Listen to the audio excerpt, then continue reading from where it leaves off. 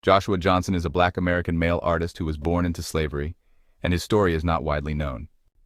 Joshua Johnson was born into slavery in Maryland around 1763.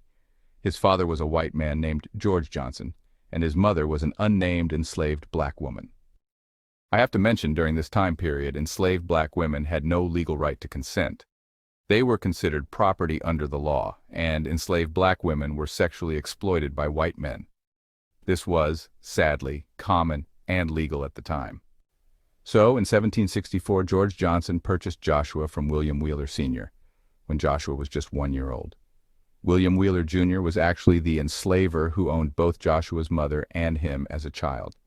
As part of the transaction, George Johnson arranged for Joshua to be freed after completing an apprenticeship with a blacksmith, or upon reaching the age of 21, whichever came first. There's no record or any evidence that they had any kind of relationship after that 1764 manumission agreement. Then, in 1782, at about age 19, Joshua Johnson petitioned the court in Baltimore for his freedom. His father, George Johnson, was not present. Joshua presented the document from 1764, confirming that he should be freed after his apprenticeship.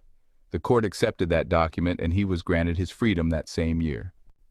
Joshua Johnson is recognized as the very first known black American portrait artist in United States history. He was active mainly in Baltimore from the 1790s to the 1820s, painting portraits for wealthy white clients, despite having been born into slavery and gaining his freedom as a young man. Joshua Johnson may not be widely recognized or taught in most schools and colleges like his white counterparts, but he really does deserve his place in history. As the first known black American portrait artist, he was a creative pioneer, born into slavery, yet determined to leave his mark through art in a time when black freedom and creativity were rarely recognized.